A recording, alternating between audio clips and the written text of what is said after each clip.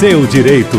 Juízes, promotores, advogados, defensores, todos em um debate para esclarecer o seu direito de consumidor. Seu direito em tupi.am, tupi.fm. Nesse terceiro bloco, nosso último bloco, doutor André, eu quero saber como a gente pode proceder no caso de insatisfação com serviços, com cursos livres, por exemplo. Qual deve ser o comportamento aí do consumidor nesse caso? Haroldo, só um pequeno adendo, né, em relação ao direito de arrependimento, né, que o nosso CDC traz. Para todas as compras efetuadas por internet ou pelo telefone, o consumidor ele tem 7 dias para estar exercendo esse direito de arrependimento. Todas as compras pela internet ou pelo telefone, 7 dias. E aplicando-se aos cursos também que são vendidos por telefone. Por isso que eu trouxe esse assunto. Tá? Em relação ao curso, o que o consumidor tem que estar atentando? Se o curso efetivamente está oferecendo ao que ele se presta, ao fim determinado. Se o curso efetivamente não está oferecendo o fim a que ele se destina, aí o consumidor pode sim estar cancelando esse contrato e estar pedindo, enfim, a devolução do dinheiro, corrigido e tudo mais. Agora, se é uma opção do consumidor, eu entrei no curso de inglês, mas de repente eu quero fazer francês e não tem nada a ver comigo, aí não. Aí o fornecedor não é obrigado a estar devolvendo o que já fora pago. E o aluno, digamos assim, desse curso de inglês, tem dificuldade de acompanhar a turma, tem dificuldade de aprendizado. Ele pode transferir a responsabilidade, a culpa para o curso, para o professor de inglês? Igual eu não aprendo porque o professor de inglês é ruim que dói. Essa questão de didática, Haroldo, aí fica um pouco complicado a gente estar passando isso para o curso. Entendeu? Até porque ele tem essa faculdade de se eventualmente ele não estiver gostando da didática, tá até escolhendo um concorrente.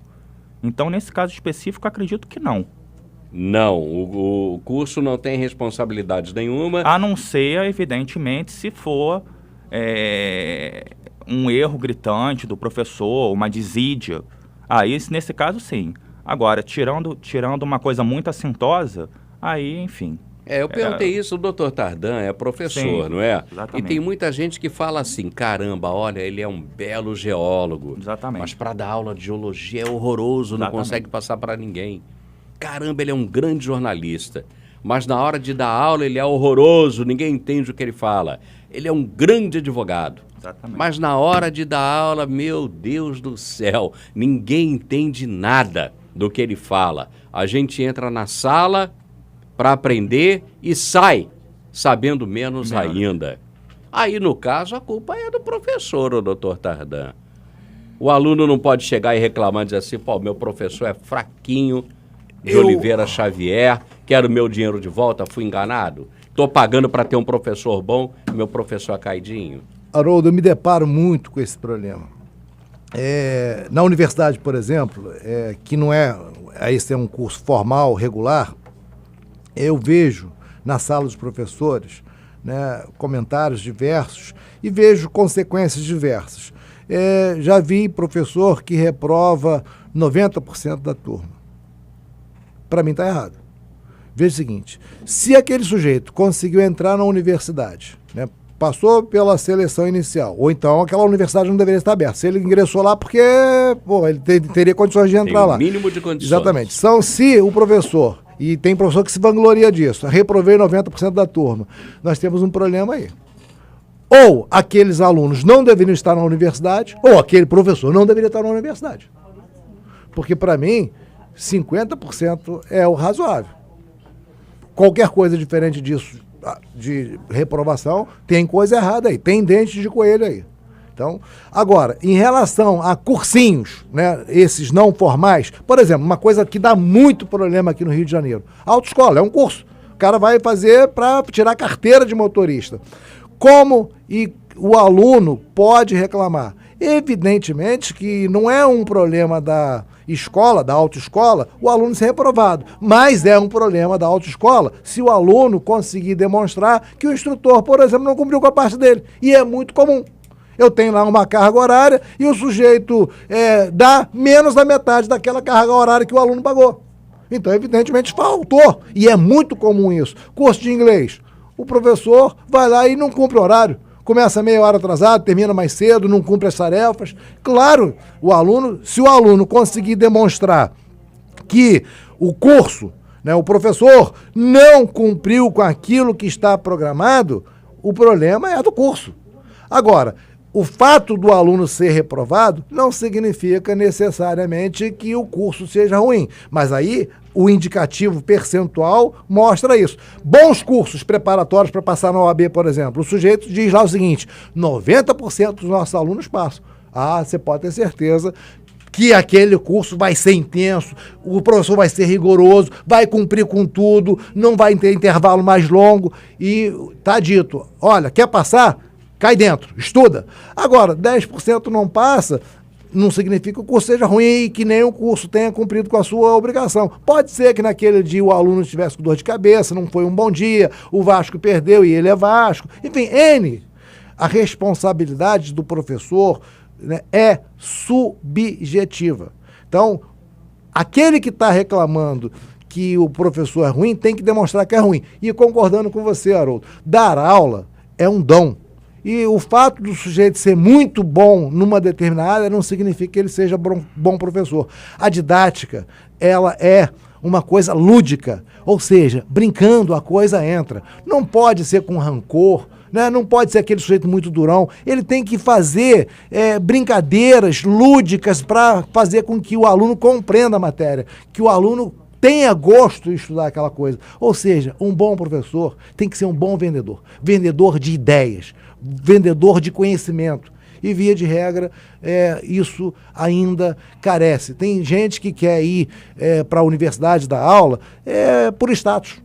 Eu vejo muito comum juiz vai dar aula, ele não tem vocação para aquilo, aquele tem o status de professor, o que é tremendamente ruim para o alunado e, consequentemente, para o país. Lembrando que saem das universidades muitos ministros nossos, não é? Especialmente ministro da Justiça. No passado recente, a maioria eram reitores de universidades, eram professores de universidades públicas, que depois acabaram mudando de nome, sendo assumidas pelo governo federal, né? Era a UB, Universidade de Brasília, acabou virando Universidade Federal de Brasília. A UFRJ aqui também tinha um outro nome, depois foi no governo militar, passou a ser a Universidade Federal do Rio de Janeiro. A Universidade de Viçosa, em Minas Gerais, também era URENG, Universidade de Minas Gerais, passou a ser... também era o EG. Isso. Foi tudo mudando o nome já no governo militar. E muitos deles, o Gaminha, que chamavam, muitos deles foram reitores, foram catedráticos, né, especialmente de Direito, nessas faculdades públicas. E acabaram com esse negócio também de catedrático. Que antes o camarada tinha cadeira, não podia ser mandado embora, era ele que resolvia tudo ali, era um cargo vitalício para o resto da vida. A cadeira era dele. E aí ganhava muito mais do que os outros professores, desestimulava o pessoal a ingressar nas faculdades para dar aula. O governo militar veio e acabou com isso e tal, né? Foi criando departamentos, papapá, e acabou atraindo muita gente, também muita gente de esquerda, não é? Muita gente de esquerda que, em vez de dar aula sobre direito, falava de Guevara, falava de Trotsky, falava de Lenin, e não falava das nossas coisas aqui. E acabaram as cassações, aquela coisa toda, enfim. Hoje eu acho que já não é tanto assim, mas o professor é o profissional mais importante do mundo. Verdade. Não é? É o profissional mais importante do mundo. Dê ele informações sobre Trotsky, Lenin, ou sobre Delfim Neto, era professor universitário, foi ser ministro do governo militar, né?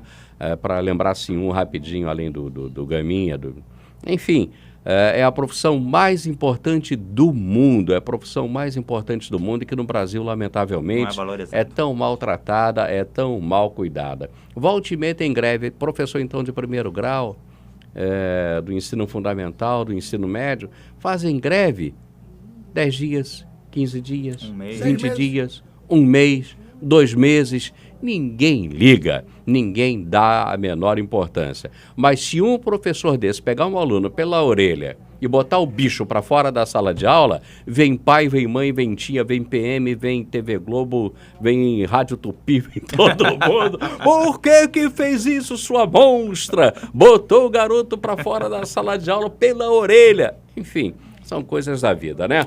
Doutor André, o seu livro aí, mais uma vez, Como Iniciar na Advocacia, Primeiros Passos. É a segunda edição, revista e ampliada. Dá um close aqui, Renata, dá um close aqui. Aproxima bem, isso, para ficar bem bonito aí, o livro do doutor André. Doutor André, mais uma vez, muito obrigado aí pela participação, viu? Uma boa semana para o senhor, doutor Obrigado, André. Haroldo. Desejo aos consumidores que tenham muita serenidade nessa Copa do Mundo que se inicia hoje. Se o Brasil perder o título, o consumidor foi enganado? Propaganda enganosa, será? Por causa do investimento? Enganosa. Mas enfim, muita serenidade, espero que tudo corra bem. Muito obrigado por estar aqui mais uma vez, para mim é sempre uma honra. Muito obrigado, viu? Doutor Jorge Tardan, muito obrigado também, né? E olha, falando aí, o senhor é advogado e professor brilhante. O senhor consegue conciliar as duas coisas, né? É um belo advogado quando precisa ir aos tribunais e é um belo professor dentro das salas de aula também. Obrigado pelo belo, mas acho que o tempo já correu bastante essa beleza. Mas é o seguinte, Haroldo. Pelo contrário, quando se trata de inteligência, a beleza fica cada vez maior. É interna, o meu interior é lindo. Mas o seguinte, com a minha visão de raio-x é que estou dizendo isso. É o seguinte, Haroldo, também falando de Copa do Mundo, você falando de professor, eu quero lembrar a você, consumidor que nos ouve, que herói não é jogador de futebol. Herói é o gari, herói é o professor, herói é o médico, herói é o policial. Herói não é o membro do Big Brother. Jogador não é herói, membro do Big Brother não é herói. Heróis são esses profissionais que fazem o Brasil acontecer.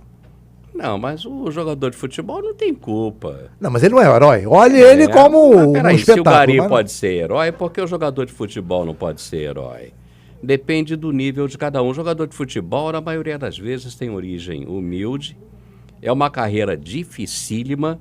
Para chegar lá não é para qualquer um. Agora, ganham muito bem? Ganham. São muito bem remunerados? São. Muita gente faz uso político disso, que é misturar a pátria com futebol, com chuteira, com não sei o que. Faz. Mas o jogador de futebol é um trabalhador como outro qualquer. Só que muito bem remunerado. Como tem cantor aí, o Roberto Carlos cobrou 25 milhões para não comer um bife. Sim, mas... Enfim, e é idolatrado, é amado, é queridíssimo. Não, é um ídolo, não é um herói. Herói é aquele que pega firme na garra do trabalho e não deixa a peteca cair. Veja o seguinte, via de regra, os jogadores que fazem muito sucesso estão fora do Brasil, ganhando seu dinheiro. Os garis, os professores, os médicos, os bombeiros, os policiais continuam aqui dentro, lutando pelo futuro da nossa nação. Um ídolo vai para o exterior ganhando muito dinheiro. Isso a gente vai numa discussão longe a beça, porque, olha só,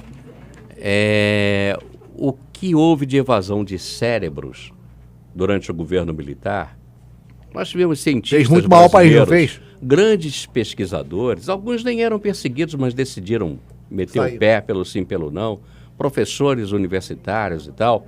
Quantos foram trabalhar no Chile, na Venezuela, verdade. Na França, na Alemanha, nos Estados Unidos? Odeio os Estados Unidos, mas foi trabalhar nos Estados Unidos.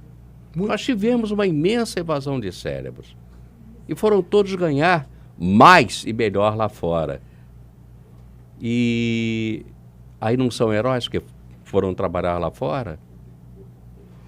Fica uma discussão para um outro dia. Voltamos ao tema. Um abraço, tchau, gente, tchau. Seu Direito, o debate que ajuda o consumidor a saber mais sobre seus direitos.